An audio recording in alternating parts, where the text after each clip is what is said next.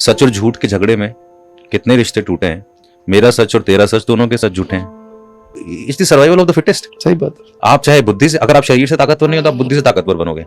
मान लेते हैं कि एक आदमी, एक लड़का है 22-23 साल का है, 25 साल का, वो बाइक से जा रहा है और रोड क्रॉस कर रहे हैं एक बुजुर्ग अंकल, और वो बाइक जो है उन बुजुर्ग अंकल से टकरा गई और वो बेड पे चले गए और 2-3 साल 4 साल 5 साल बेड पे रहे, फिर उनकी डेथ हो गई। अगर ये इनके कर्म हैं तो क्या वो लड़का इस जन्म में जो उसने एक्सीडेंट किया है, क्या वो अगले जन्म में या इसी जन्म में उसका पाप माना जाएगा? तो मैं आपसे डिसएग्री करूंगा। आई फील कि कर्म वाला जो कॉन्सेप्ट है it's bloody Newtonian. It's like equal and opposite reaction. मुझे एक बात और बताइए, आपकी फाइट क्लब फिल्म देखी आपने? अंग्रेजी वाली? नहीं, पर maybe I know the story. अंग्रेजी वाली, Edward Norton, Brad Pitt. Okay, तो आपको जरूर देखनी थी। अच्छा, तो भाई फिर मिर्जा गालिब का शेर है ना, निकलना खुल्द से आदम का सुनते आए थे लेकिन बड़े बेआबरू होकर तेरे कुछ से। इसका मतलब क्या होता है? मुझे याद है, मैं बोलता हूं, मुझे मतलब नहीं पता।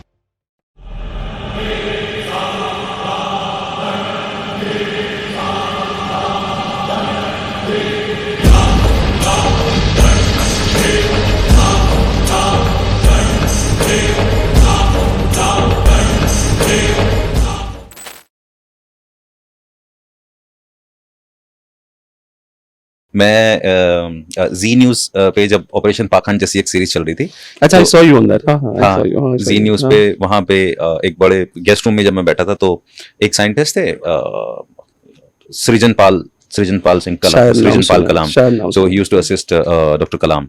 Srijanpal is his name. He's quite popular in podcast and news channels. So this guy is amazing. तो सृजन भाई इधर बैठे हैं, मैं इधर बैठा हूँ, और यहाँ पे दो महात्मा लोग आपस में बातें कर रहे हैं। ये वेद में ये लिखा है, इसमें ये लिखा है, इसमें वैसा लिखा है, ऐसा लिखा है। तो एक स्वामी जी उसमें से कहते हैं, किसी तो भी उन्होंने एक कैरेक्टर का नाम लिया, राजा का नाम लिया या किसी का नाम लिया, तो उन्होंने बोला कि उनके पास ना ऐसी विद्या थी जिससे वो 1 मिनट या 1 घंटे में पूरे बीज से पेड़ बना देते थे।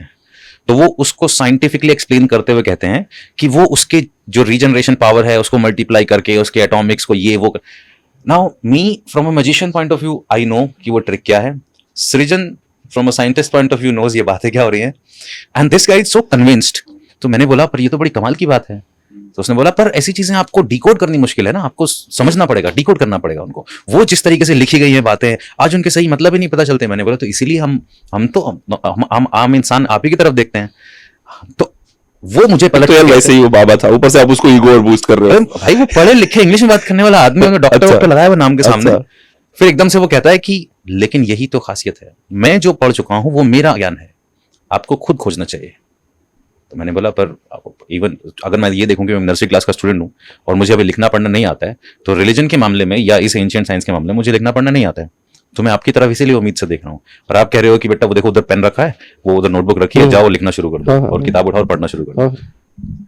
सडनली फिर वो पूरा परसेप्शन शिफ्ट हो गया, उनका पूरा कॉन्वर्सेशन पॉइंट शिफ्ट हो गया इस बात पे कि आजकल हर किसी को शॉर्टकट चाहिए, अच्छा ऐसा चाहिए वैसा चाहिए, दिशा ही मोड़ दी, पूरी दिशा मोड़ दी। फिर मैंने उनसे ना एक भागवत गीता से रिलेटेड एक सवाल पूछा, तो मतलब वो अपने एग्जांपल में फिर मोड़ते मोड़ते भागवत गीता पे आ गए, भगवान कृष्ण पे आ गए। अच्छा, एक सॉरी टू इंटरप्ट, बट भाई मुझे ऐसा लगता है जिनके पास सब्सटेंस नहीं होता ना, वो यहाँ वहाँ की बहुत बातें करने लग जाते हैं, बहुत सारी इन्फॉर्मेशन से ओवरबर्डन कर देते हैं, सामने वाले को लगता है जवाब मिला है नहीं मिला है पता नहीं, बहुत सारे। तो मैंने उनसे पूछा कि जैसे भगवान कृष्ण के कर्म फल सिद्धांत के बारे में बात कर रहे हैं, मैं एक चीज ना बचपन से सोचता हूँ, आज तक समझ नहीं पाया। मैंने बोला मान लेते हैं कि एक आदमी, एक लड़का है 22-23 साल का है, 25 साल का, वो बाइक से जा रहा है और रोड क्रॉस कर रहे हैं एक बुजुर्ग अंकल, और वो बाइक जो है उन बुजुर्ग अंकल से टकरा गई और वो बेड पे चले गए और 2-3 साल 4 साल 5 साल बेड पे रहे, फिर उनकी डेथ हो गई। तो क्या हम ये कह सकते हैं कि वो जो बेड पे हैं उन्होंने जो सफर किया, अक्सर लोग कहते हैं कि पूर्व जन्म का कुछ होगा, तो क्या ये इनके कर्म है? अगर ये इनके कर्म है तो क्या वो लड़का इस जन्म में जो उसने एक्सीडेंट किया है, क्या वो अगले जन्म में या इसी जन्म में उसका पाप माना जाएगा? अगर उसका पाप माना जाएगा तो फिर ये अपने कर्म भोग रहे हैं, तो वो पापी क्यों बना? क्योंकि ये इनके प्रारब्ध में लिखा था। नहीं देखो, कर्म का ऐसा होता है ना, ये कर्म फल प्रारब्ध जो है ये आपको समझना चाहिए। मैंने कहा मैं मतलब कई लोगों से पूछ चुका, मैं तो खुद खोजिए, आंसर खोजिए, तो बस एक ही जवाब। मैं आपसे डिसएग्री करूंगा। आई फील कि कर्म वाला जो कॉन्सेप्ट है it's bloody Newtonian. It's like equal and opposite reaction. Like sometimes we feel it then and there, क्या रे यार गड़बड़ कर दी मैंने और ये आ गया रिजल्ट उसका। आपके कंसाइंस को पता होता है यार कि आपने ये क्या किया है, बिल्कुल पता होता है। इनफैक्ट एक बहुत ही बढ़िया एग्जाम्पल मैंने कहीं तो सुना था किसी स्पीकर को, उन्होंने बोला था कि आप कह रहे हो कि आपसे अनजाने में कोई चीज हो गई है, आप एक स्ट्रे डॉग को देखो, वो आपके घर आया, उसने देखा साइड में एक ब्रेड का टुकड़ा पड़ा है, उसने उठा लिया, वो वहीं बैठ के नहीं खाएगा उसको, वो वहां से निकलेगा और दूर एक सेफ जोन में जाएगा, बिकॉज उसको भी पता है कि मैंने चोरी की है या मैंने कुछ ऐसा किया है जो मेरे को अलाउड नहीं है. So what if they catch me?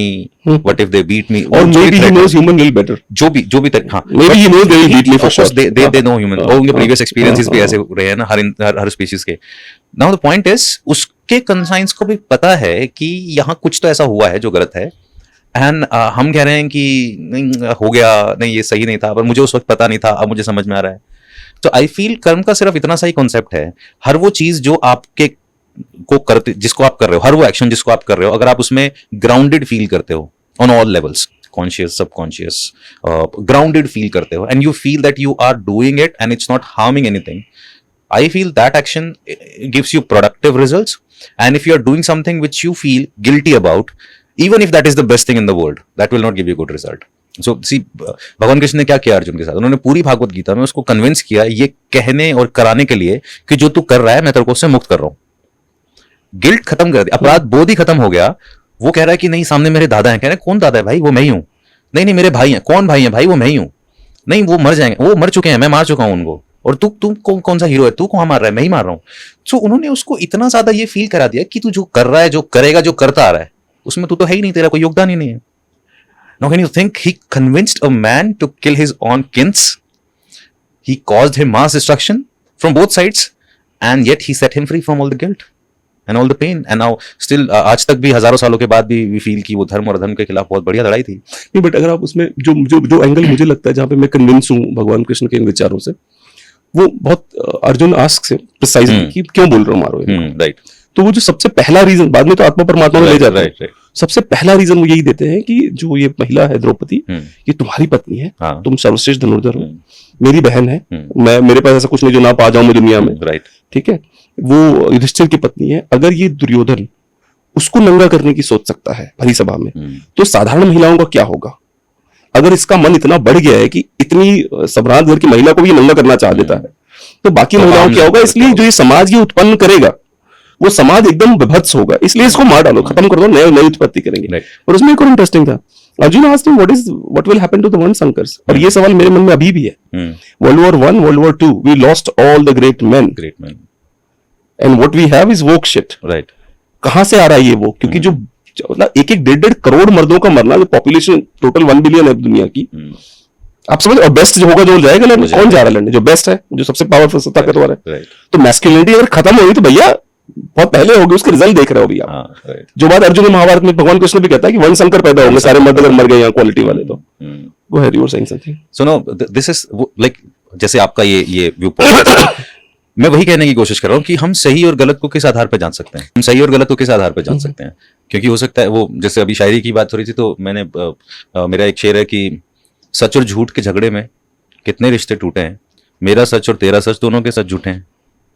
तो सच और झूठ का फैसला हो सकता है जो दुर्योधन के साथ खड़ा है वो ये मान के चल रहा है कि मैं सच के साथ खड़ा हूं. सही बात, बिल्कुल, क्योंकि यही बचता था. क्योंकि अर्जुन का व्यू पॉइंट, उसका दुर्योधन का फिर व्यू पॉइंट ये होगा कि मेरे पिता के बारे में ये कहा गया, उससे ऊपर उसके पिता का व्यू पॉइंट ये होगा कि मेरे बच्चे. Why do people want to take बदलास विद द वुमेन? क्योंकि हमारे इसी सीट पे एक महिला आई थी मेरठ की, जो वेश्याओं को बचाती है वेश्यावृत्ति से. एक सब इंस्पेक्टर ने किसी बंदे का एनकाउंटर कर दिया, उसके भाई ने उसकी 6 साल की बेटी उठा के बेच दिया कबाड़ी बाजार में. महिलाओं से क्यों बदला लेते हैं पुरुष? मैं समझ नहीं पाता. उसका रीजन ये है भाई कि सदियों से ना हम जब जंगलों में रहे थे, जब हम प्रिमिटिव थे, हालांकि आज ये तार्किक नहीं लगेगी बात, पर फिर भी जब हम रहे हैं उस तरीके से, तो हमारे माइंड का ना एक पार्ट होता है जो हमारा लिम्बिक ब्रेन जिसको हम बोलते हैं, वो आपके कोर इंस्टिंक्ट से ऑपरेट होता है, जो आपके हम सबकी एनिमलिस्टिक ट्रेट्स भी है, हमारी एक एनिमल पर्सनालिटी भी है. अच्छा, वो ना ऐसे आता है, एनिमलिस्टिक ट्रेड आपको पता भी नहीं चलता, आ गया गुरु और चला गया. अजीब है वो. You have no control on it. Road rage देखिए ना आप, मैं और आप जैसे लोग जो बड़ी बड़ी बातें करते हैं, ऐसे लगता है कि मतलब, और फिर लगता है शिट यार ये क्या कर रहा था ये. Right right right. तो वो जो हमारा लिम्बिक ब्रेन है ना, उसमें सर्वाइवल इतनी गहराई में है. फिर आता है, किसी ने अगर मुझे बहुत ज्यादा आहत किया है, तो मैं 2-3 तरीके से उससे अपने इस पेन को शांत कर सकता हूं. पहला तो हमारा एनिमल इंस्टिंक्ट, किसी ने अटैक किया, फाइट फ्लाइट, अगर मैं लड़ सकता हूं तो लड़ूंगा, नहीं तो भाग जाऊंगा. अब when I feel powered, when I feel कि I can dominate this situation, क्योंकि हम इंसान हैं, तो हमारे साथ और भी ट्रेड्स ऐड हो गए ना। ये वो ट्रेड्स हैं जिन्होंने हमें सर्वाइव करने में मदद की। We can plan, we can plot against something, हम कॉन्सिक्वेंसेस बहुत गहराई से और पहले से सोच सकते हैं। इनफैक्ट अगर आप देखेंगे कि निएंडरथल्स और सेपियंस में हम लोग सर्वाइव कर ही इसलिए गए क्योंकि निएंडरथल्स वर प्योरली वो मस्कुलर और वो हाथ से शिकार करने वाले थे। तो जानवर को घेर के मारना और हाथों से और क्लोज कॉम्बैट में माहिर थे। पर आई थिंक निएंडरथल्स गोरों के अंदर है अभी भी। हाँ, they are different, believe me, they are different.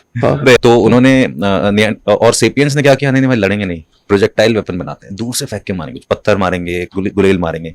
तो हम लोग प्लानिंग एंड प्लॉटिंग कर सकते हैं, हम लोग सोच सकते हैं। तो अब मुझे बदला तो लेना है, तो मैं कहां से स्टार्ट करूं? मैं स्टार्ट करूंगा जो उसके सबसे वीक पॉइंट्स होंगे। और क्योंकि हमें being a man we always love ownership, ये हमारा कोर नेचर रहा है। मेरा भाई, मेरा घर, मेरी गाड़ी, मेरा ग्रुप, मेरा रिलीजन, मेरी पत्नी, ट्राइबल, बिल्कुल मेरे टेरिटरी में कोई आना नहीं चाहिए, ये मेरा एरिया है। इसीलिए आप देखो कि जैसे ये नहीं होता है कि छोटे बच्चे दो लड़ रहे होते हैं तो एक दूसरे को क्या कहते हैं, तेरा बैट गंदा है। तू गंदा कहने से पहले तेरा बैट गंदा है, मेरा बैट अच्छा है। जो वो उसके ऑनरशिप को चैलेंज करता है। इसीलिए आप देखो जितनी गालियां हैं ना उसमें फीमेल को टारगेट किया जाता है because it affects a man.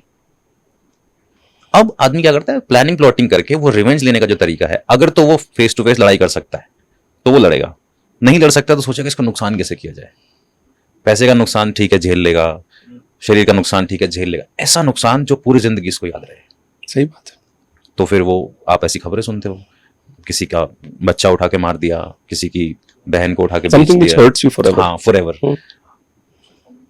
और ये इंसान होने की विडंबना भी है कि हम सैडिस्टिक प्लेजर लेना जानते हैं। कोई जानवर नहीं। अजीब है ना। हाँ, बहुत ही अजीब है। ये हमारे हाइनाज है। यस, हाइनाज है। ये मतलब इतना हमारी तरह नहीं है, हाँ, पर है वो थोड़े थोड़े हाइनाज है। वो उनका डिफेंस मैकेनिज्म है यार। वो जैसे कमोडो ड्रैगन्स का है, वो पॉइजनेट करके छोड़ देते हैं। वो वेट करते हैं जब तक मरेगा तब तक हम अपना आसपास ही घूमते रहेंगे, फिर थोड़े दिन में वो मर जाता है, 2 घंटे या 2 दिन में फिर उसको खाते हैं। वो सबका अपना एक सिस्टम है, डिफेंस सिस्टम। हमारा तो मतलब क्योंकि हम सोचने लगे ना, और जितना ज्यादा सोचने लगे उतना ज्यादा हमारा वो एनिमल इंस्टिंक्ट हमें छिपा के रखना आ गया, और जितना हमें छिपा के रखना आ गया वो उतना गोर और उतना खराब होता चला गया। क्योंकि आज हम जैसे माँ बाप अब बोलते हैं कि भाई अब वो हाथों की लड़ाई नहीं रह गई है, अब तो 2 सेकंड का खेल है, आजकल जमाने बदल गए। अक्सर मेरे नाना जी अब तो नहीं रहे, पर he was a very strong man.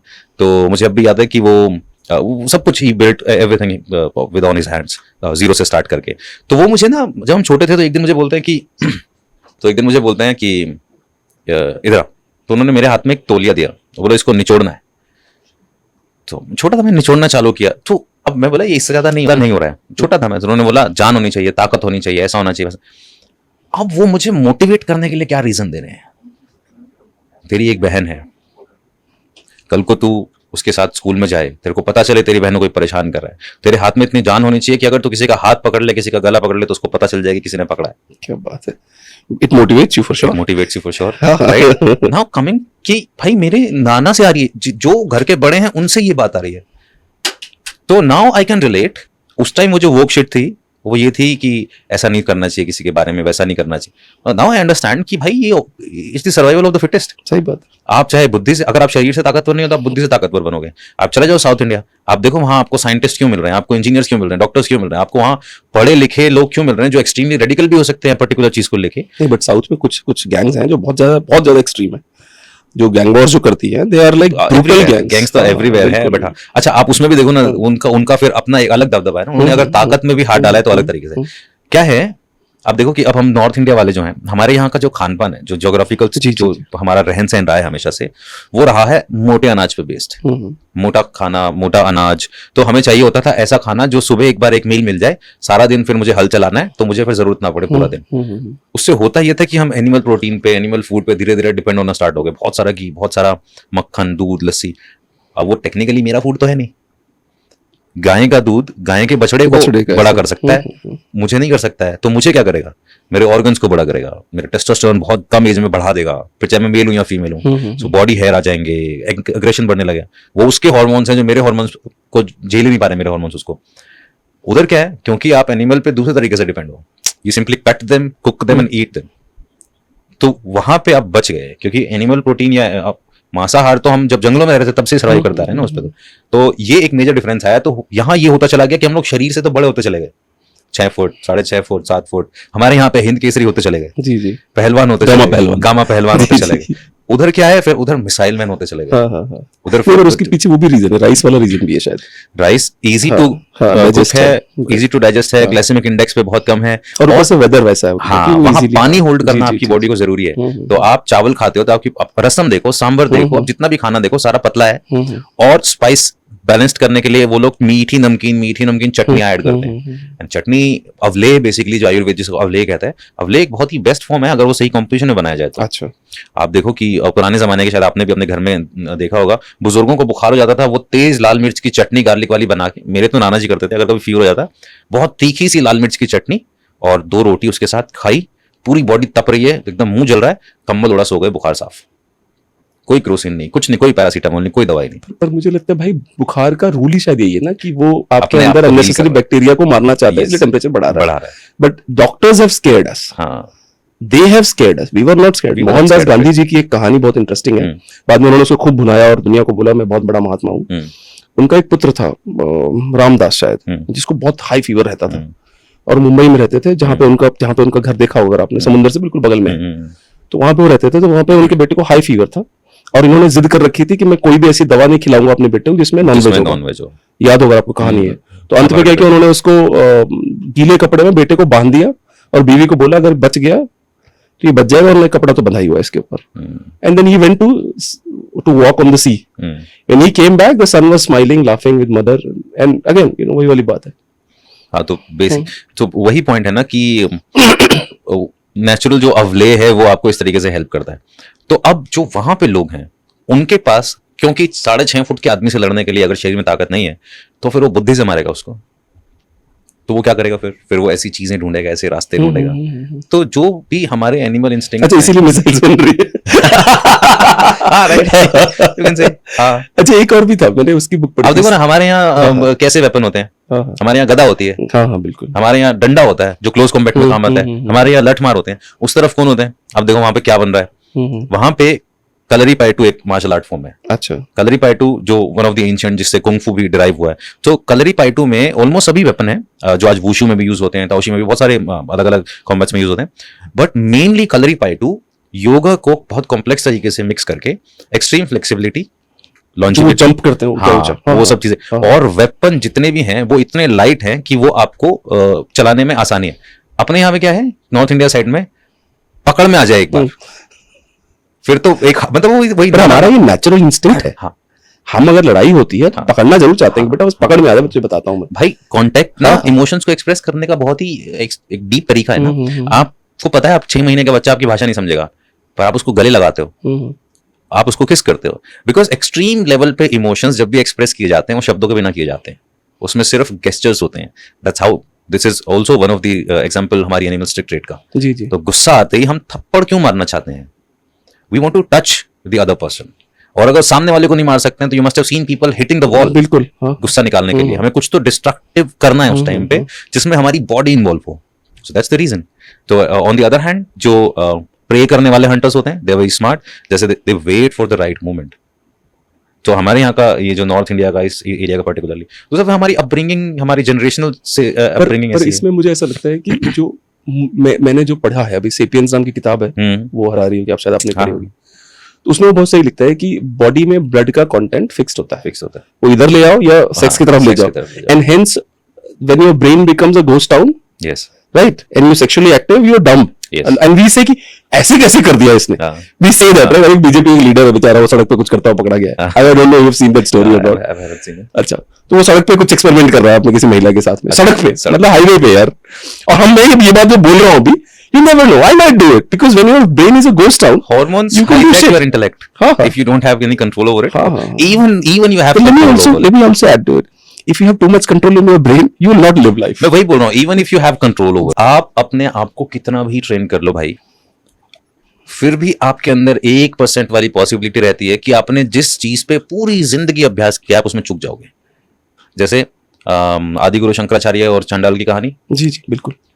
क्या है वो कहानी? यही तो बता रही है कि शंकराचार्य पूरी दुनिया में घूम के अद्वैतवाद के बारे में बात कर रहे हैं, कह रहे हैं कि सब कुछ एक ही है, सांख्य पे बात कर रहे हैं, और वो नहा के निकलते हैं, सामने एक चंडाल है जो चिता जलाते हैं, तो उसको बोलते हैं कि सामने से हट जाओ, मतलब तुम अछूत हो।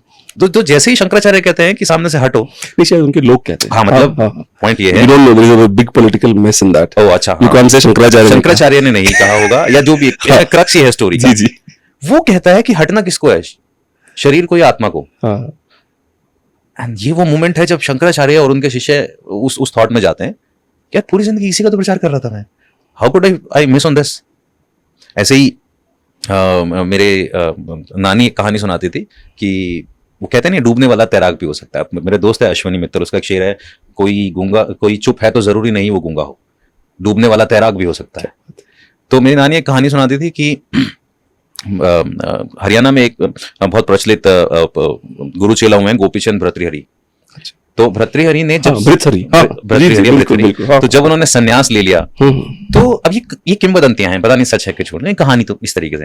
तो वो जा रहे हैं और वो देखते हैं कि सामने ना एक लाल रंग का बड़ा शाइनी चमक रहा है, तो उसको क्रॉस कर जाते हैं, फिर नजर पड़ती है, फिर चमक रहा, फिर वापस आते हैं तो वो उसको उठाने के लिए जैसे उस पर हाथ लगाते हैं ना, तो वो बबल होता है, किसी ने पान खा के थूका, वो बुलबुला है। तो वो देखते हैं और कहते हैं यार भर्तृहरि पूरी जिंदगी मतलब सब राजपाट छोड़ के संन्यास लिया और देख आज क्या करना, आज क्या किया। वो कहते नहीं है कि मुझे वो एग्जैक्ट दोहा याद नहीं आ रहा है, दुविधा में दो गए माया मिली राम। तो even if you even if you are so train and आपको पता है सब कुछ, तो भी वो 1% जो है ना वो अनएक्सप्लोर्ड टेरिटरी है आपके अंदर की। आप इंसान हो, इस बात का प्रमाण है ये कि आपके अंदर से जो आपके एनिमलिस्टिक ट्रेट्स हैं वो नहीं जाएंगे। और जब आप एक्सट्रीम लेवल की ट्रेनिंग में चले जाते हो तो फिर आप संसार से भाग जाते हो, क्योंकि आप रह नहीं सकते, आप रह नहीं सकते। You were like, this is not for me. Yes. अरे इवन मैं और आप नॉर्मल अपार्टमेंट्स में रह रहे हैं, कई बार नहीं अचानक से आता है what the fuck are we even doing here? हाँ, मेरे दिमाग में इतनी बार आ चुका है ना कि कई बार मन करता है कि बस फोन वोन सब रखो, बस उठाओ, कुछ भी बैग भी मत लो, just roam around and see what you really want. अचानक से आता ही है, मतलब अजीब सा थॉट है, व्हिच इज वेरी डेंजरस। क्यों? कभी सोचा है क्यों? I don't know. सी हमारे ना कुछ इनबॉर्न ट्रेट्स हैं, तो मैं अभी बाहर भी बात कर रहा था मनीषा जी से। We want things to be certain and once things are certain for us we lose interest. क्योंकि स्टोन एज से, आइस एज से यहां तक हम एक ही रीजन से पहुंचे हैं, और वो रीजन है व्हाट नेक्स्ट। क्यूरियोसिटी हमें सर्टेनिटी की तरफ लेके जाती है कि भाई ये मैं समझ नहीं पा रहा हूं, इसको खोजना है। जैसे ही वो सर्टेन हो जाता है क्यूरियोसिटी वापस आती है, बोलती है चलो ये तो हो गया, कुछ और ढूंढे। वो मेरी गजल का शेर है कि पसे दीवार देखा जाए अब, सुए मेमार देखा जाए अब, the one who created the wall Maymar. पसे दीवार देखा जाए अब, सुए मेमार देखा जाए अब, कहानी कह रही है किस्सा गो, नया किरदार देखा जाए अब। यहाँ की रोशनी तो चुभती है, चलो उस पार देखा जाए अब। और मसीहा देख बैठे हो ना तुम, कोई बीमार देखा जाए अब। बहुत बढ़िया। So we keep searching for this, we have this quest in us। और जब वो क्वेस्ट खत्म हो जाती है तो फिर पाश की एक लाइन है ना कि बहुत खतरनाक होता है इच्छाओं का मर जाना। अब एक तरफ एक कॉम्प्लेक्स विज्ञान कह लो, अध्यात्म का मूल कह लो, इच्छाएं मार दो, इच्छाओं को जीत लो, तृष्णा दुखों का मूल है। हाँ, तृष्णा दुखों का मूल है। और एक तरफ आप कह रहे हो कि जीने के लिए कोई मकसद हो, आरज़ू हो, यूं जिएगा कैसे खामखा कोई।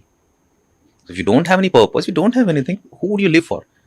Then comes कि स्पिरिचुअलिज्म में फिर एक बात आती है कि आप जीवन के लिए जी रहे हो, तो फिर जीवन के लिए तो फिर सब जी रहे हैं, जीवन के लिए तो फिर आप किसी का शिकार कर रहे हो तो वो भी जायज़ है जीने के लिए, कोई आपका शिकार कर रहा है तो वो भी जायज़ है क्योंकि वो भी अपने जीवन के लिए ऐसा कर रहा है। यहाँ हम फिर चूजी हो जाते हैं, फिर आता है सर्वाइवल ऑफ द फिटेस्ट। हम वापस घूम फिर के अपने इंस्टिंक्ट पे चले जाते हैं, अपने कन्वीनियंस पे रहते हैं हमेशा। एक जगह हम हमेशा कांस्टेंट है अपने कन्वीनियंस पे। हाँ, we are always constant on one thing कि हमारा कन्वीनियंस क्या है। भाई पॉइंट इज हमारा तो मूल स्वभाव ही है खुश रहना, वो हमारा नहीं है, हमारी ट्रेट है हमारी।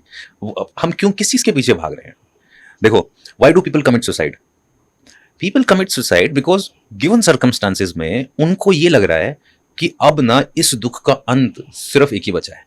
They want to end their suffering, and what is the exact opposite of suffering? The pleasure. Pleasure, yes. So there is a constant battle between pain and pleasure. There are people who become tolerant with pain.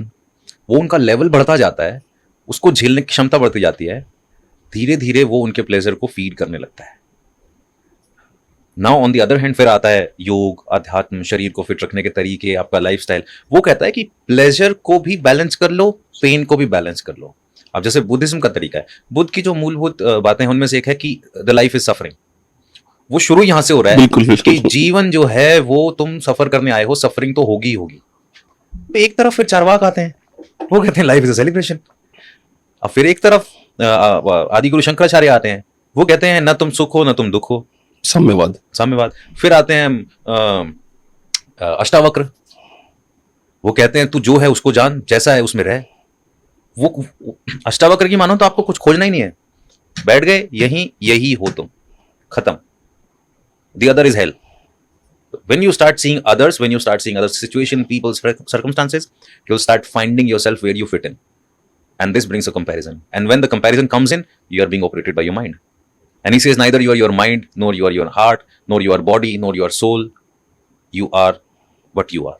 अब ये what you are के चक्कर में खोज चल रही है। मुझे एक बात और बताइए, आपकी फाइट क्लब फिल्म देखी है आपने, अंग्रेजी वाली? नहीं, maybe I know the story. अंग्रेजी वाली, एडवर्ड नॉर्टन, ब्रैड पिट। Okay. हाँ, तो आपको जरूर देखनी चाहिए।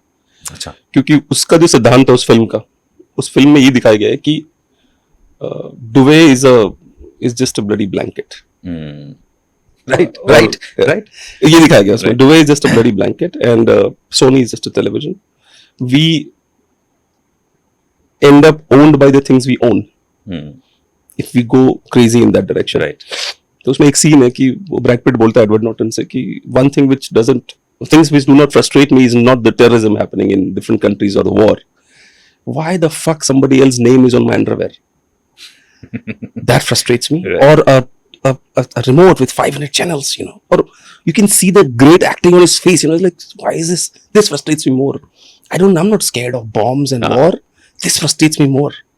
तो वो फिल्म आप जरूर देखिएगा, you will have a liberating feeling, क्योंकि उस फिल्म में वो दोनों डिसाइड करते हैं कि जनता को फ्री करना है, समुदाय को फ्री करना है।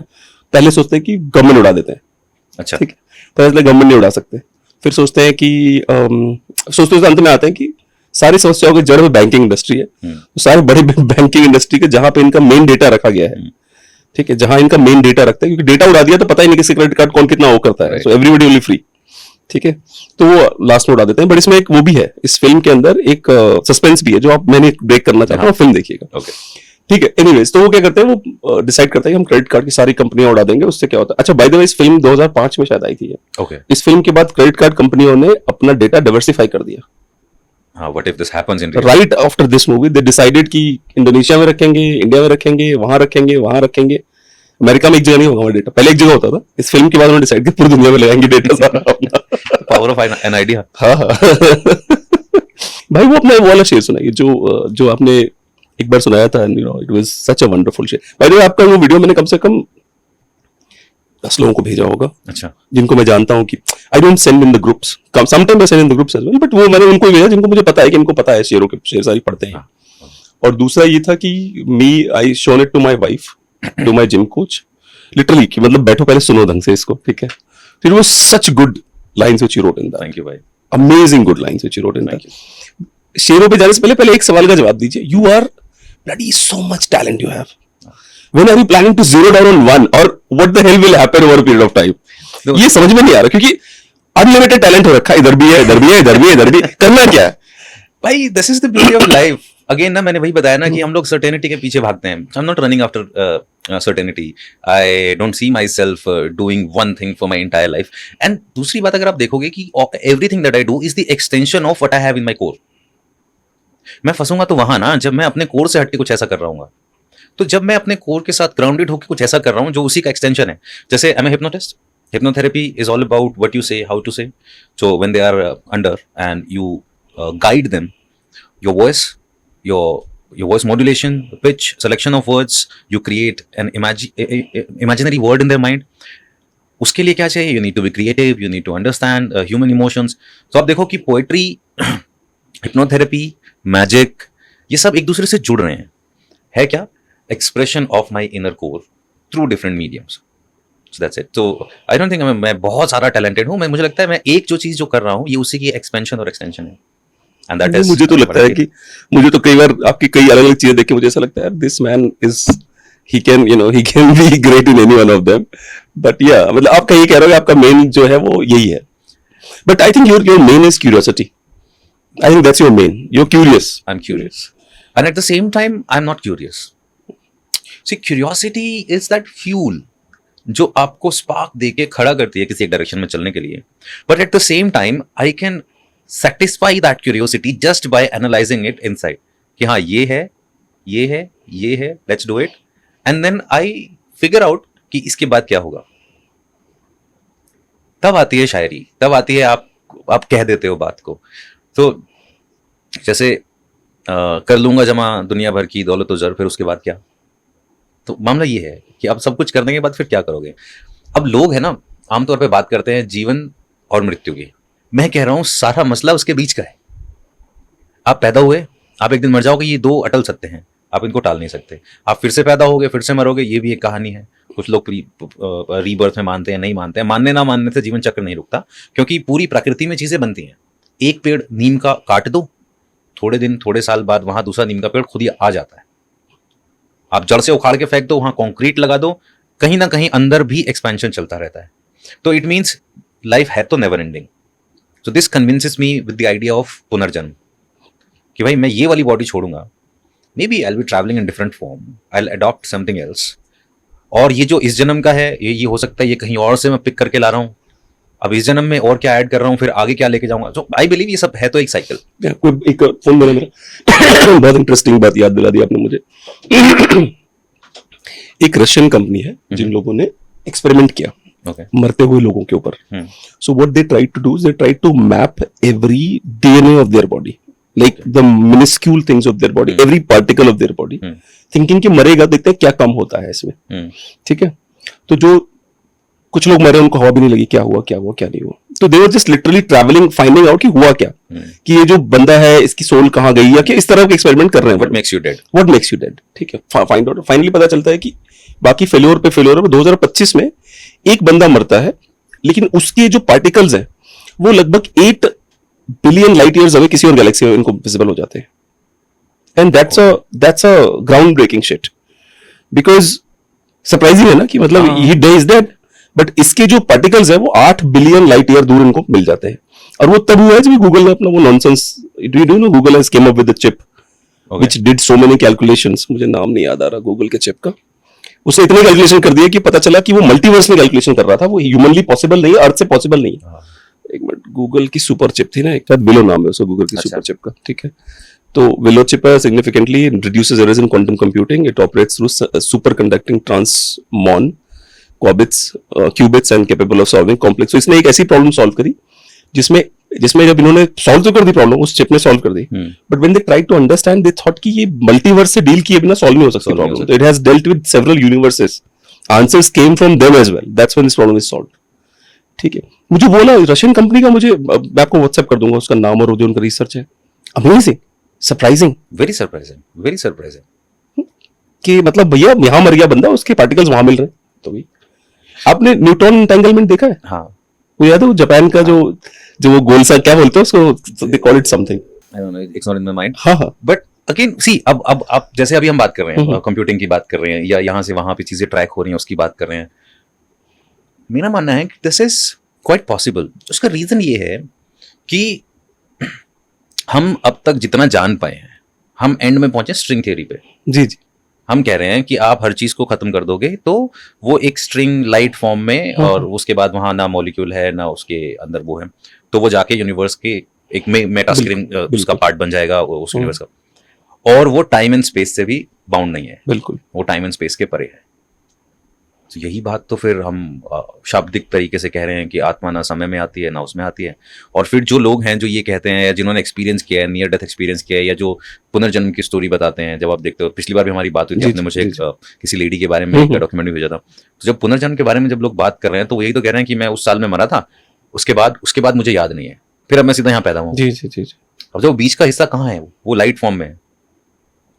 आप, आई फील आप एज इट इज हो, आप यहाँ आते हो एक इनबॉर्न पर्सनालिटी लेके, जिसके अंदर कुछ चीजें होती हैं. काम कर, जापानीज वो ढूंढ ले क्या है, वो ऐसे गोल सा झंडा टाइप का होता है, इन्फिनिटी टाइप का होता है, ऐसे ऊपर नीचे क्या होता है, तो आप कुछ चीजें तो अपने अंदर या साउथ कोरिया का झंडा ढूंढ लो, उस पे है, सॉरी। तो अपने अंदर कुछ चीजें तो आप लेके चलते हो, जैसे आप गुलाब के फूल की खुशबू को अगर आप कैद करो, आप उसको कितना भी डिस्टोर्ट कर दो, आप बिल्कुल माइनर लेवल पे जाओगे तो उसके अंदर रोज का एसेंस बचेगा। 100%। तो same thing happens with us. तो मैं या आप इस जन्म में रवि या सुशील नहीं है, हमारे ऐसा बनने में किसी और जन्म के कुछ और कण भी होंगे। तो मुझे पता है क्या लगता है भाई, मेरा बहुत सिंपल थियरी है इसे। मुझे ऐसा लगता है जो हमारे पिछले जन्मों में जिन लोगों से हमने डील करा है, चाहे वो पॉजिटिव था चाहे वो नेगेटिव था, कई बार मेरी आपकी तस्वीर में 10 स्ट्रेंजर खड़े होते हैं पीछे, जिनको हम कुछ नहीं जानते।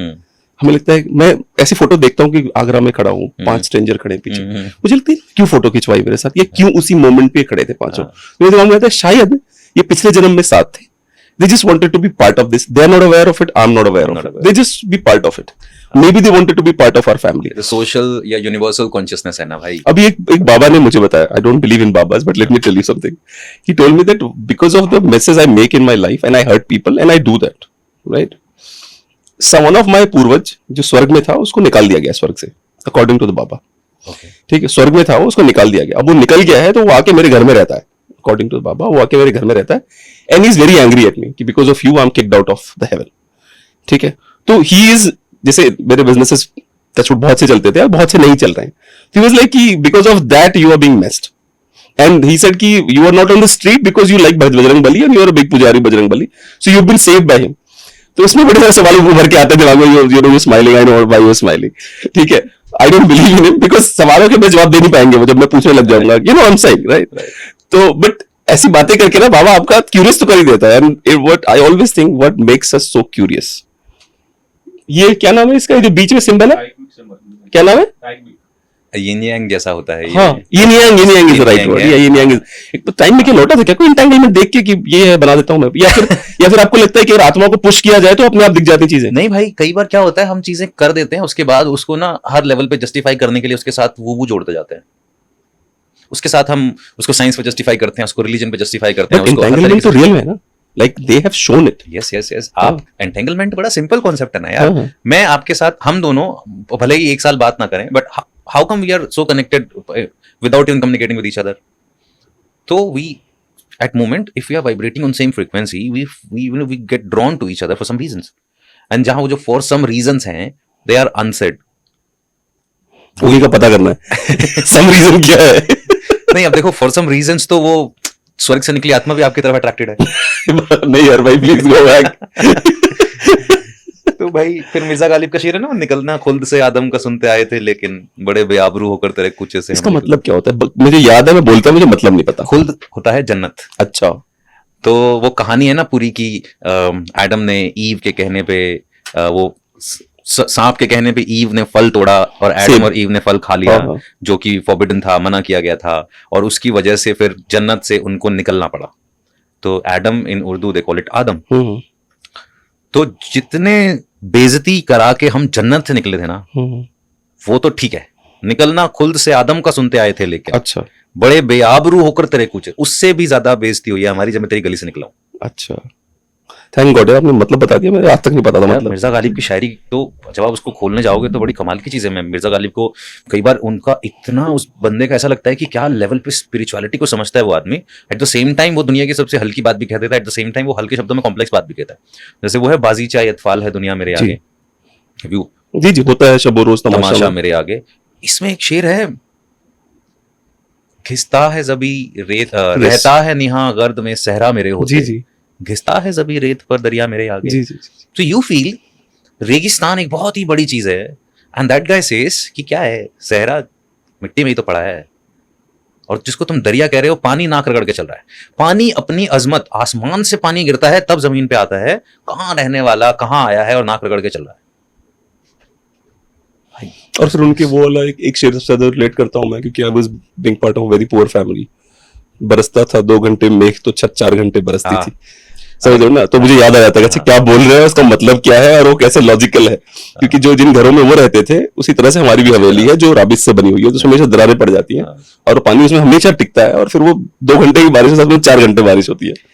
मैं जिस शेर की आप बात कर रहे हो ना, उसके जो पहली 2 लाइनें हैं, जो उसका मतलब है वो,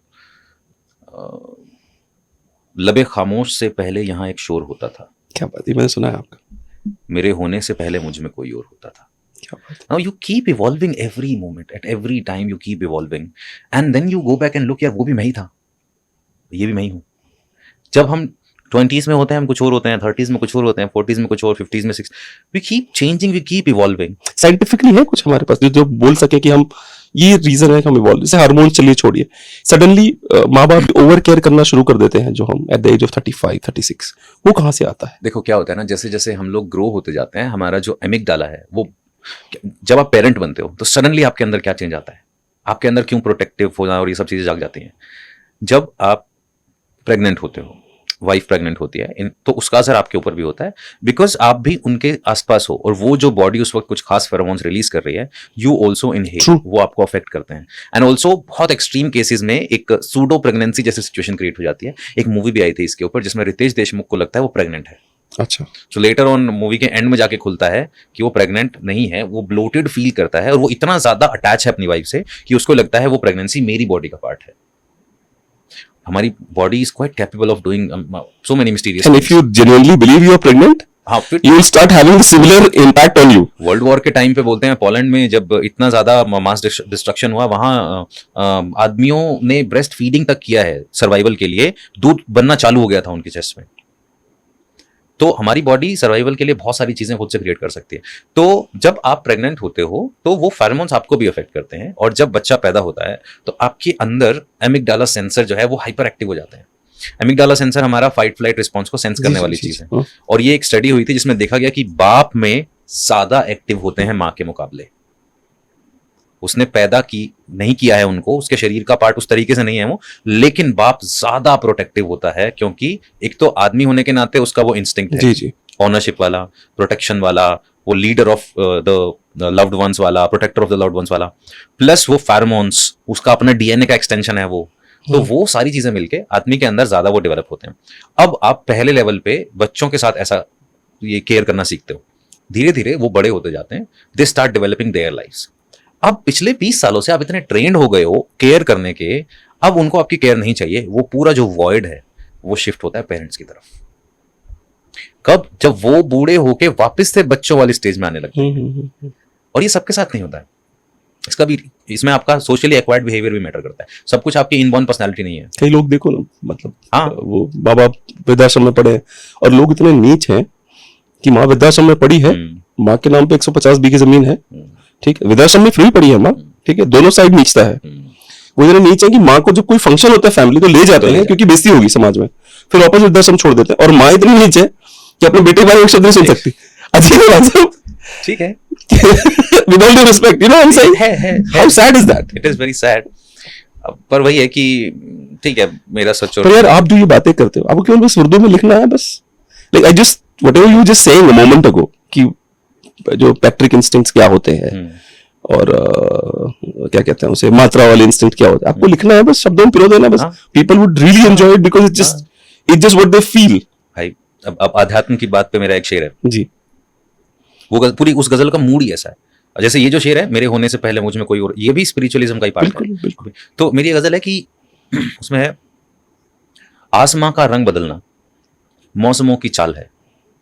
तो it's the circumstances, sky is stable, it's dark black, जैसा है वैसा है वो. जी. आसमां का रंग बदलना मौसमों की चाल है, धूप छांव कुछ नहीं है, वक्त का एक जाल है.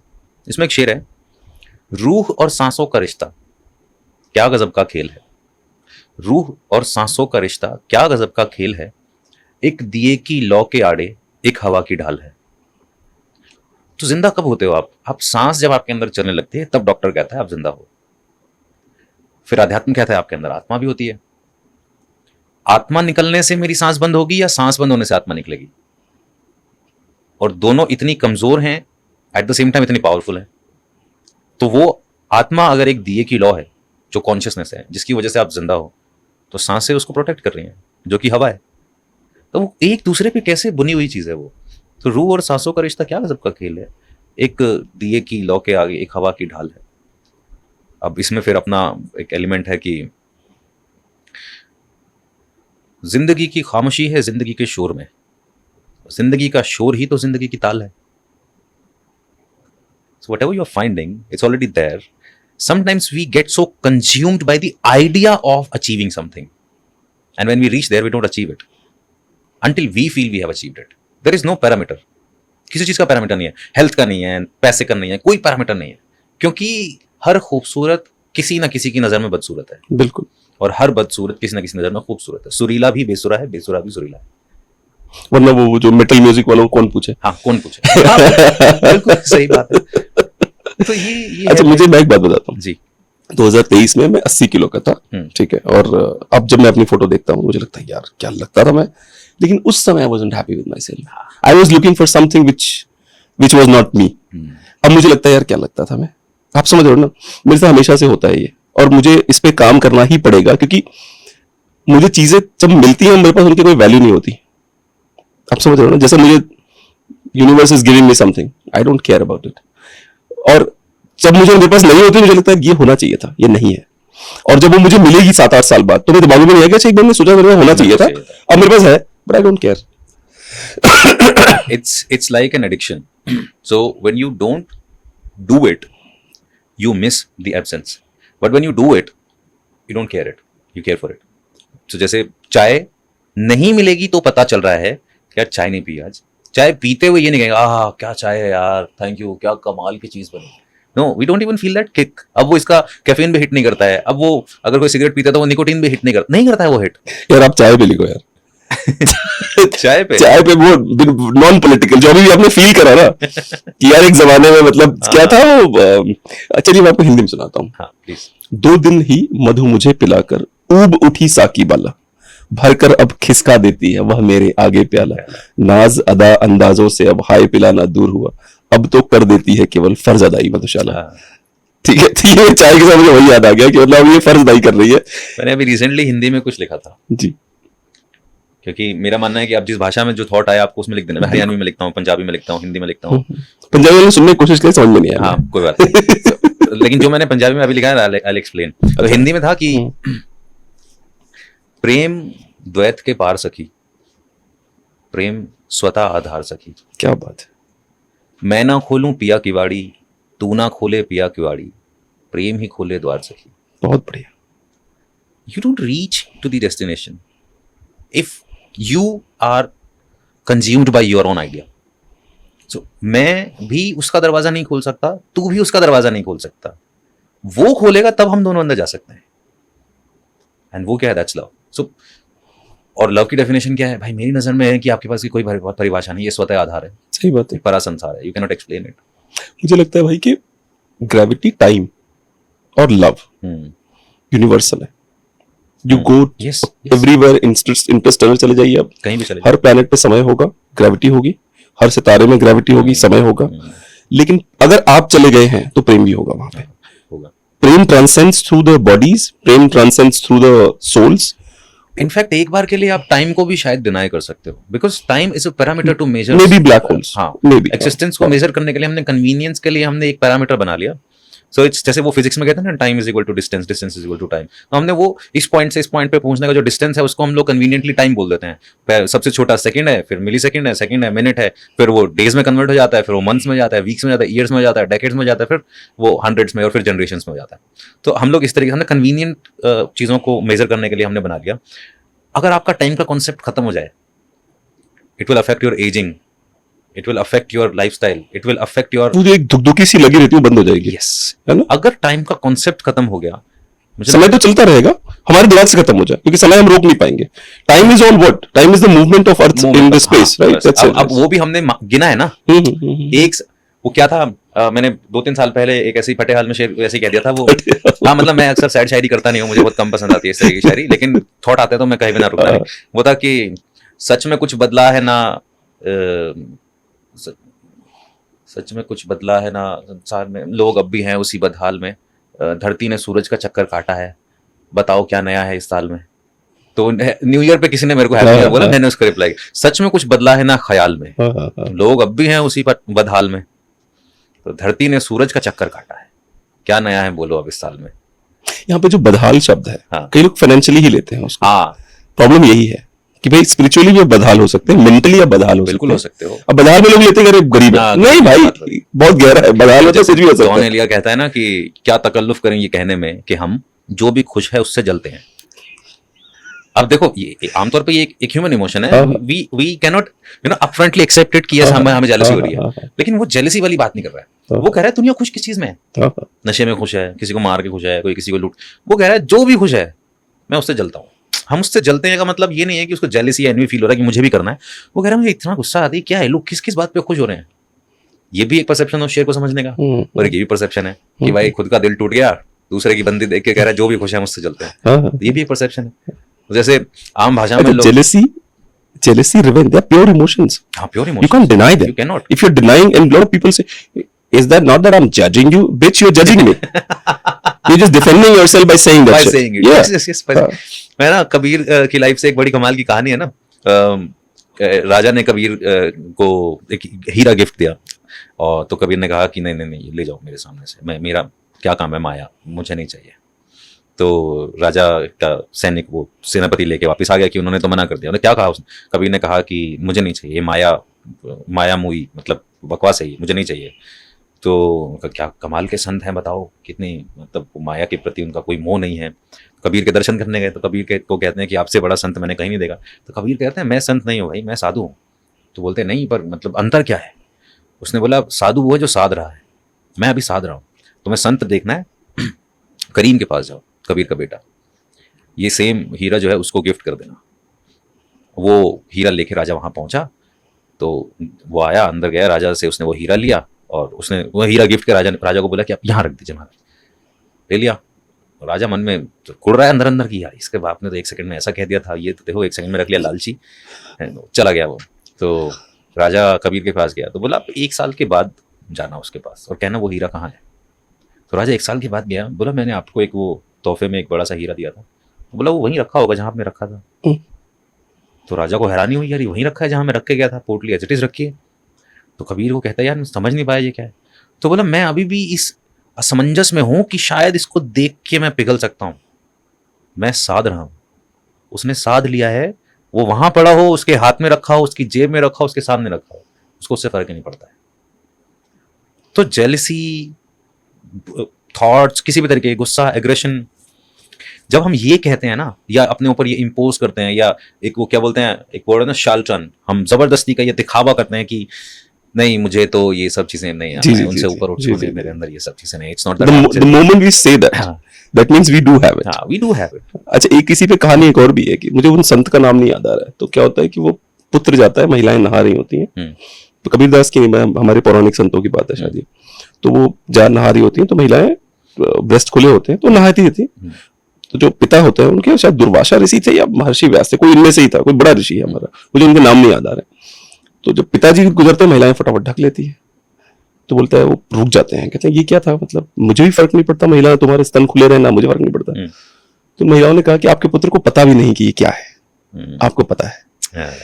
आप समझ रहे हो ना, इसलिए आपका पुत्र भले ही वो जवान है, अभी गुजरा, हमें फर्क नहीं पड़ा उससे, लेकिन आपको पता है कि ये क्या है, इसलिए हमने ढक लिया। तो ये है, यही फर्क है ना फिर महावीर के दिगंबर होने में और हमारे तुम्हारे दिगंबर होने में। जी जी जी, जो नई दिगंबर बनते रहते हैं रोज, यही फर्क है। पर आप सिर्फ ये मान लो कि क्योंकि यही एक आखिरी सीढ़ी है और इस लेवल पे त्याग कर देना है, तो ऐसे त्याग करने पे अगर आप जाएंगे तो फिर तो what do you think of Osho? क्योंकि उसने बड़ा सही बोला था, कहता जितना बड़ा जो राज्य छोड़ेगा उतना बड़ा वो साधु बनेगा। याद है कह रहा सिद्धार्थ ने बहुत बड़ा राज्य छोड़ा, देखो गौतम बुद्ध बन गए, मोहनदास गांधी ने धोती उतारी वो बन गए। आपको जरूरत ही क्यों पड़ी वापस आने की? आप सब कुछ पा चुके थे, आप क्यों फिर 6 साल के बाद जो है बुद्धत्व प्राप्त होकर वापस आए? फिर आप कह रहे हो ये मेरी सोशल जिम्मेदारी भी है, फिर आपको समाज से मतलब क्या है? फिर आप कह रहे हो आप मुझे लोगों को जीवन जीने का ढंग सिखाना है, तो आपको लोगों से मतलब क्या है? आप बस अपनी एक तृष्णा को खत्म करके दूसरी तृष्णा में फंसे हुए हो, लेकिन समाज उस तृष्णा को तृष्णा नहीं मानता है। समस्त इच्छाओं से मुक्त होना भी तो इच्छा है ना भाई। बिल्कुल, मैं इन इच्छाओं से मुक्त होना चाहता हूँ। मोक्ष का हमारे यहाँ पे जो कॉन्सेप्ट है वो यही है, मोक्ष तभी मिलेगा जब आपके मन में मोक्ष की इच्छा नहीं होगी, तभी। इसी वजह से मेरे पिताजी की पिछले साल मृत्यु हुई है। मुझे ऐसा लगता है उस व्यक्ति को मोक्ष मिला होगा, क्योंकि उस व्यक्ति के मन में अभी से नहीं, जब से मैं जानता हूँ उनको, उनके मन में मोक्ष की भी इच्छा नहीं थी। He just wanted to live his life. हाँ, बस ये सबसे कमाल है, ये जीवन सबसे कमाल। ओशो के बारे में तो यार देखो वो खुद अपनी खुद शब्दों का ऐसा जादूगर है कि वो आपको कन्विंस कर देगा कि ये पानी नहीं है, शरबत है। फिर आप कन्विंस हो जाओगे कि शरबत है, फिर अगले ही पल इस बात पर कन्विंस कर देगा ये शरबत नहीं पानी ही है। तो आप ओशो ने ना कुछ कोर इमोशंस होते हैं हमारे, एक साइकोलॉजी पॉइंट ऑफ व्यू से अगर मैं बताऊं तो, अगर आपको कहीं भी रिलेशन बनाना है, किसी सर्कल में पॉपुलर होना है, दोस्त बनाना है, जब आप किसी के अंदर कुछ ऐसा अनलॉक करते हो जो उसको आमतौर पे नहीं मिलता है, they start craving for it. So it's like मैं अगर आपके साथ बैठा हूं और आपसे बात करके मुझे कुछ ऐसा फील हो रहा है जो आमतौर पर नहीं होता है, तो मैं कहूंगा भाई यार क्या कमाल की बात करते हो आप, सैटरडे को क्या कर रहे हो, सैटरडे को मिलते हैं यार। तो देन फिर अगले Saturday what are you doing entire life, तो मुझे तो आपसे शादी करनी है। इट्स लाइक जब आप ये करते हो ना, Osho would unlock something in you, और वो समथिंग के बहुत सारे तरीके हैं, desires, sex, spiritualism, liberty, sense of liberation. सबसे पहले तो उसने आपको पावर फील कराई कि जो तुम अब तक जी रहे थे, अगर तुम्हें बोझ लग रहा है छोड़ सकते हो। बोले नहीं नहीं भगवान हमें जज करेंगे, हमें पाप, कौन से वाले भगवान, वो नहीं वो हिंदू धर्म, आओ 40 बातें मैं बताता हूँ, तुमने तो 4 पढ़ी, मैं 40 पढ़ी, देखो ये कमी, ये कमी, ये कमी, ये कमी, ये कमी, ये कमी, कॉन्ट्रडिक्शन में फंसा दिया, ये बिलीव करा दिया कि ये सब तुम्हारे मन की बात है। सब जितने लोग ओशो क्रिटिसाइज करते हैं एग्जैक्टली यही क्रिटिसाइज करते हैं जो आप कर रहे हैं अभी, क्योंकि शायद यही प्रॉब्लम भी थी उनकी, देखो कॉन्ट्रडिक्शन बहुत फंसाते हैं लोगों को। वो इतनी पतली तलवार पे लेके चलते हैं इंसान को जिसपे चलना मुश्किल है। तो दुनिया अजब तमाशा ऐसे, पानी बीच बताशा जैसे, पल पल घुलता जाए जीवन, हाथ कहां कब आए जीवन, जीना 2 धारी तलवार, ना इस पार न कुछ उस पार, आप जहां ठहर गए वही आपकी दुनिया है, उसके आगे पीछे कुछ नहीं। तो वो सबसे पहले तो वो आदमी आपको ऐसे इमोशंस का वेव फील कराएगा, आप एकदम स्पाइक पे चले जाओगे, आपके इमोशन एकदम पीक पे चले जाएंगे। फिर he was a very wonderful hypnotist, उनकी पूरी बॉडी लैंग्वेज जो थी एकदम सदी हुई, पोजेस को यूज करना ओशो से सीखे, अरे भाई साहब, आंखों को यूज करना ओशो से सीखे कोई, गेस्ट, आप कितने ही शोर में हो, वो आदमी आपके आसपास ऐसा माहौल बना देगा कि थोड़ी देर में आप अपने आप उस जोन में सिंक होना चालू हो जाओगे। चाहे नॉलेज से बर्डन करके आपके फ्रंटल कोर्टेक्स को स्लीप कराना हो, या डांस करा के आपके एड्रेनलिन को हाई करना हो, या आपको आपके रिलीजन से हटा के पावरफुल फील कराना हो, कुछ भी कराना हो, तो सारे रास्ते, म्यूजिक पकड़ लिया, आर्ट पेंटिंग पकड़ ली, डांस पकड़ लिया, लॉजिकली आपको कन्विंस कर दिया, एंड में आपके पास कुछ नहीं बचा। अब आप कहते हो प्रभु अब मैं क्या करूं, फिर वो कहते हैं अपना रास्ता ढूंढो, अब दीपो भवा। तो वो स्मार्टली निकल भी गए उसमें से। वो खुद कभी नहीं बाहर आ पाए माया से, नहीं कभी भी नहीं, कभी ना पाए बाहर, माया में बहुत फंसे। जैसे उनकी it was propagated, designed and propagated, और ये कहने में कोई हेजिटेशन नहीं, ओशो ने खुद कभी हेजिटेशन फील नहीं की। ओशो ने खुद ये कहा है कि ठीक है भाई, आई एम रिच मैन्स गुरु। बहुत पॉपुलर एक वीडियो है यूट्यूब पे जिसमें एक बंदा वो इंटरव्यू कर रहा है, वो कहता है so is it wrong to say that you are rich man's guru, कहता है certainly yes I am a rich man's guru, every religion is running after poors, leave riches for me at least. उनकी एक शिष्य थी जो जिनके ऊपर आरोप लगे थे, उन्होंने उनको जहर दिया, माननशिला, तो वहां गया स्विट्जरलैंड, तो उनके घर जाकर उनसे मिलके आया था मैं। So the point is कि हाँ बता रहे थे उन्होंने अब तक कभी क्रिटिसाइज, माननशिला ने एक बार क्रिटिसाइज नहीं किया, और बेस्ट क्या है, if I call her she will answer the phone in 4-5 rings immediately, कैसे हो, क्या हो रहा है। शी रिस्पेक्ट्स पीपल, जो लोग उसके साथ जुड़ते हैं उनको रिस्पेक्ट करना आता है उनको। अभी भी वहां पे स्विट्जरलैंड में जहां पे मैं उनसे मिलने गया था, वृद्धाश्रम है उनका, और भाई मैं नहीं कर सकता, यकीन मानो। मैं देखो, मैं वेरी सांसारिक काइंड ऑफ मैन, स्पिरिचुअलिटी हो सकती है पर ध्यान लगा सकता हूँ बैठ के, किसी वृद्ध की सेवा नहीं कर सकता मैं जब तक वो मेरे अपने माँ बाप ना हो, ठीक है, हाँ, because I am very normal about this. वो बंदी मतलब उसके यहाँ पे तब आते हैं जब बिल्कुल 3-4-6 महीने में मर जाते हैं वो। तो जिन वृद्धों से मैं मिल के आया था, because I sat with them, I pushed myself to sit with every one of them, to say hello to them, all of them were speaking उनकी अपनी language, but you know this lady was translating जो मैं बोल रहा था उनसे, और फिर मुझे वापस बोल रही थी। Those eyes I don't forget, you know, the desire on those eyes की, you know, कि क्योंकि मैं I was an नमूना कह लो उनके लिए, सब गोरे थे, माननशीला वैसी थी क्योंकि उनको ही देखते हैं, बाकी सब गोरे थे। तो they were like कि अच्छा ये, और अगर आप वृद्ध हो इसका मतलब ऑर्थोडॉक्स हो, आप पले बढ़े उसी में हो, गोरों के बीच बड़े हुए हो, तो I become you know something, हाँ ऑड वन। जैसे अमेरिका, मैंने शायद पिछली बार पता नहीं बताया, नहीं बताता, I went to America, so I was discriminated by black lady. अच्छा, she comes to my client who is also black and a football player, तो 6 फुट 8-9 इंच का है वो, वैसे मतलब बॉडी बिल्डर नहीं होता, जो अति बॉडी बिल्डर होता है। तो वो अपने ट्रक में यहाँ बैठा हुआ है, मैं उसकी इधर बैठा हूँ, बुढ़िया यहाँ से आती है मेरी तरफ से, I heard you got an Indian। बोलते yeah that's the man, can he speak English? अच्छा ठीक है, and I was like कि बहरा गूंगा थोड़े हो यार, जो कान पे भी तू हाथ लगा रही लिटरली। तो मैंने बोला, hey, you want to talk to me, don't ask him. Oh my God, you speak English. आप सोच के देखो, मतलब वो उनको लग क्योंकि रहा है कि पूरा हाँ, अभी पूरा भी जीवन उसने मिसिसिपी के एक छोटे से गांव में बिताया है, हाँ। तो उसको लगता है कि अच्छा ये इंडियन क्या है, पहले तो ये देख लेते हैं, दूसरा इसको अंग्रेजी आती कि नहीं आती ये देख लेते हैं, क्योंकि उसके दिमाग में अगर इंडियन है भी तो बैलगाड़ी पे चल रहा है वो। मेरी एक दोस्त है मैसूरू से, तो मुझे कहती है Ravi whenever I will be in Delhi so I want to see your village, I want to see Haryana, I have never seen. मैं बोला Haryana is not Haryana now. मैं बोला people in Bollywood they still show Haryana from 60s। मैं बोला you come to any city of Haryana it is very similar to any city in your state Karnataka, so there is everything, और अभी वो लोग नहीं मिलेंगे। So she got surprise, she was like या really ऐसा?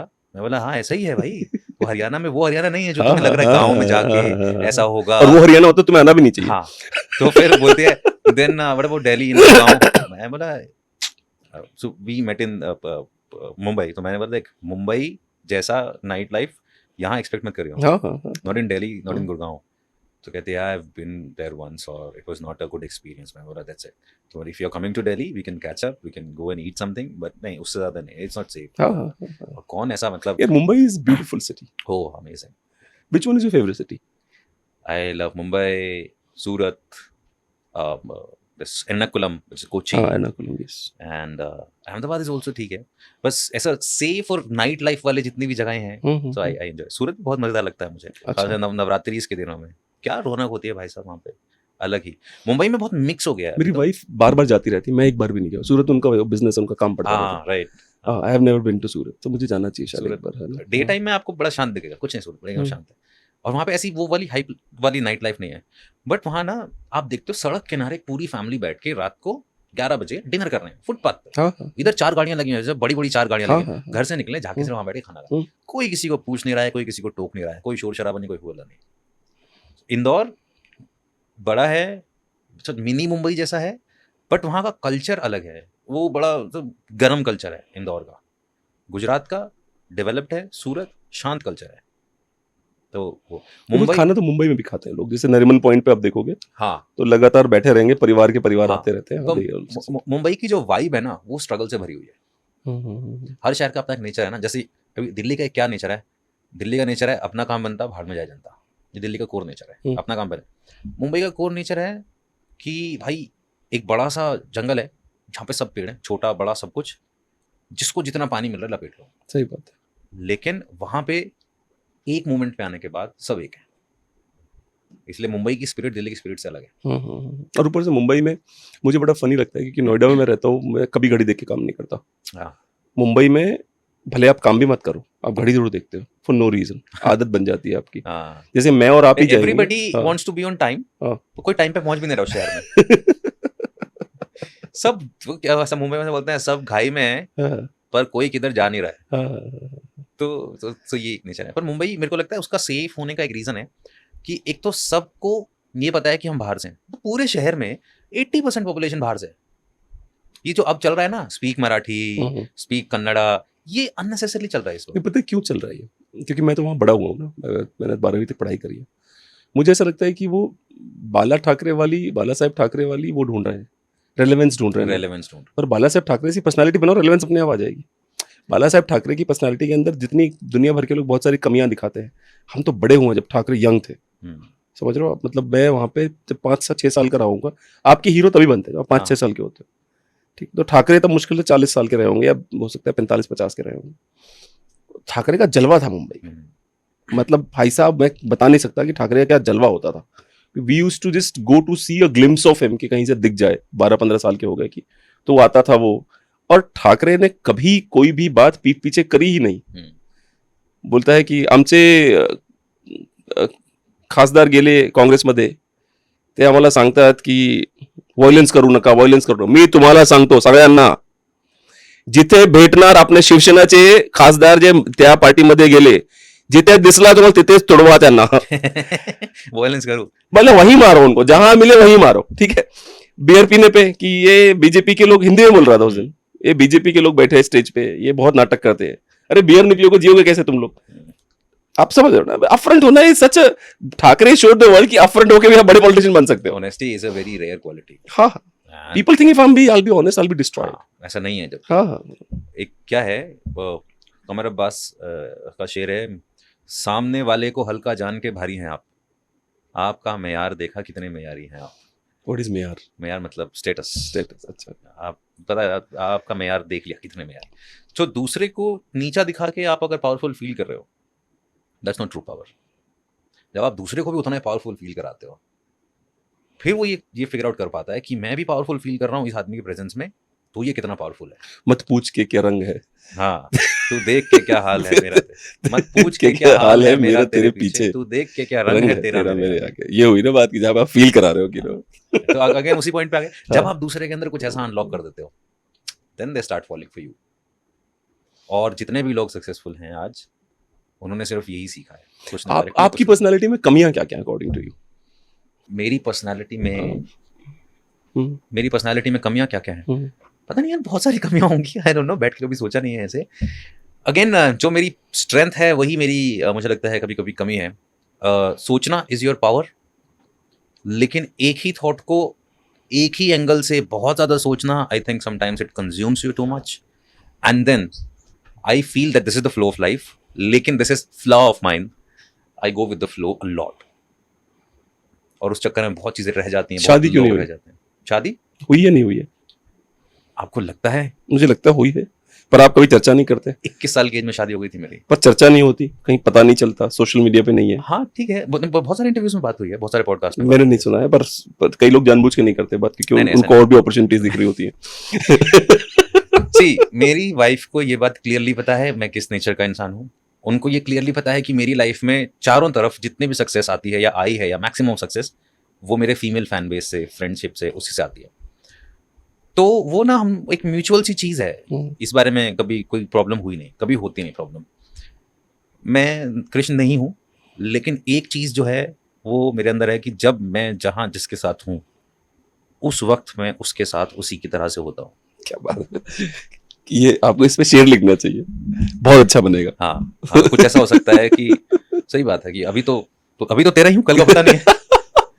What are your views on sex? Sex पे क्या विचार हैं आपके? सेक्स पे मेरा विचार कुछ नहीं है, लाइफ को रिप्रोड्यूस करने का और सरवाइव करने का एक तरीका है। अब नेचर ने लिविंग बींग्स को अलग तरीके से इस रिप्रोडक्शन की पावर दी है, प्लांट्स को अलग तरीके से दी है, but survival and replication is the core nature of this universe. This is how we survive, this is how universe is surviving itself. तो इससे मैं ये भी मानता हूँ कि मल्टीपल यूनिवर्स होंगे। उसका रीजन ये है कि सर्वाइवल एंड रेप्लिकेशन एक होल एग्जिस्टेंस का ही नेचर है, अपने जैसे और पैदा करना, बिल्कुल, और फिटेस्ट को फिट का सर्वाइव करना, ये है। तो मेरा सेक्स को लेके सिंपल सा व्यू है कि ये SNR वैल्यूज का एक पार्ट है, आपके survival and replication. Do you think married people should also have sex outside? मैं इसके दो जवाब दूंगा आपको। पहला मैं आपको सामाजिक जवाब दूंगा। जी, सामाजिक जवाब है कि married people should not have sex outside there marriage. ये सामाजिक जवाब है, बिल्कुल। मैं खास फैन नहीं हूँ इसका। जी। नाउ पॉइंट इज, समाज एक दीवार की तरह है जिसकी हर एक ईंट इंपॉर्टेंट है, लेकिन वो ईंट अगर निकल भी जाए तो समाज की दीवार गिरती नहीं है। पर अगर एक एक करके बहुत सारी ईंटें निकलने लगेंगी तो वो कभी भी गिर जाएगी। तो समाज क्योंकि अपने ढांचे को बरकरार रखना चाहता है, तो समाज अपने ढांचे को बरकरार रखने के लिए नियम बनाता है, और नियमों को ग्लोरीफाई किया जाता है। Monogamy was never inherented in our nature. हम सब पॉलीगैमस हैं, नेचर ने हमें बनाया था ऐसा। मोनोगमी हमने अडॉप्ट किया है, हमें सिखाया गया है, क्योंकि हमारे कोर नेचर में क्या है, एक आदमी एक दिन में 4 करोड़ स्पर्म बनाता है, क्योंकि नेचर चाहती है कि सिर्फ बेस्ट पैदा हो। फीमेल 28 दिन में एक एग बनाती है, क्योंकि वो उसको बहुत संजो के और संभाल के रखना चाहती है। And it is the egg which chooses the sperm की which one is going to be right for the reproduction, जो आगे स्पीशीज को बढ़ा सकता है। It's the egg's consciousness, not female's consciousness, egg's consciousness. अब अगर हम पॉलीगैमस होते हैं तो यूनिवर्स के जो उसका जो मास्टर प्लान है, सर्वाइवल एंड रेप्लिकेशन, उसको हम बहुत तेजी से बढ़ा सकते हैं। लेकिन क्योंकि समाज का मास्टर प्लान ये नहीं है, समाज कहता है कि ढांचा बरकरार रहना चाहिए, तो फिर हम उसको ग्लोरीफाई करते हैं कि आपको पतिव्रता या पत्नीव्रता या शादी में आने के बाद ये होना चाहिए। Now tell me one thing, you being married, I being married, क्या उस मोमेंट के बाद से सडनली कुछ ऑफ हो जाता है अंदर? That you don't fall for people, you don't get attracted to people. No, not at all. You trained yourself. वो भी on the basis and you are of fake. Yes, on the basis of the social facade that you are wearing. जो बाहर आ जाता है उससे this is who I am, जो नहीं आता है कितनी अच्छी बात है, क्या कमाल के इंसान है। सोशल फसाद है ना, आपने पहन लिया है ना, वो है ना, यूं भी ना, मेरे एक शेर है कि यूं भी ना देख पाया मेरा गम कोई कभी, मुझसे मेरे नकाब पे चेहरा नहीं लगा। सही बात। You are already wearing a mask, you can not put your face on it. तो फॉर मी सेक्स इज, क्योंकि ये प्राण ऊर्जा के साथ खेलता है, that's why you crave for it, one thing. Second, ये यूनिवर्स का मास्टर प्लान का पार्ट है, सर्वाइव करने और रिप्लिकेट करना, अपनी जैसी स्पीसीज को बढ़ाना, that's why you have very strong desire for it. Third, somehow यही वो ऊर्जा है जिसको ट्रांसफॉर्म करना होता है। जो एक लिमिटेड पावर सप्लाई है, अगर ऊर्ध्वगामी हो जाएगी तो ऊपर का, तो अगर वो पावर सप्लाई आपकी ऊपर की तरफ उठने लग गई, ऊर्ध्वगामी हो गई, तो फिर आप आत्मरति में फंस जाते हो। What is that? आत्मसात करना। आपने अपनी प्राण ऊर्जा को ऊपर चढ़ा लिया, अपने चक्रों से सहस्त्रार में जाके स्थापित कर दिया। ऐसा नहीं है कि योगी को ऑर्गेज्म नहीं होता है, योगी को इंटरनल ऑर्गेज्म होता है, never ending bliss, never ending happy. Again what are you doing? You are playing with your own mind, you are training your body to ejaculate in the form of energy upwards. तो आपने प्रकृति के flow को suppress नहीं किया, channelise करके उसको अपनी ग्रोथ के लिए यूज कर लिया, बजाय यूनिवर्स की ग्रोथ के लिए, प्रकृति की ग्रोथ के लिए। सो आई फील सेक्स को हम लोग सप्रेस कर रहे हैं, ये सोशल स्ट्रक्चर है। तो उस पर आना कि हाँ शादी के अलावा या रिलेशनशिप में कमिटेड होता है, समाज के लिए तो जरूरी है कि आपको अपने पार्टनर की तरफ ही स्टक रहना चाहिए। लेकिन ये भी एक कमाल की बात है कि जब जब समाज जिस चीज को दबाता है, वो चीज और रास्ते ढूंढ के बाहर आती है, क्योंकि आप इसको खत्म नहीं कर सकते। चलिए, it was wonderful talking to you.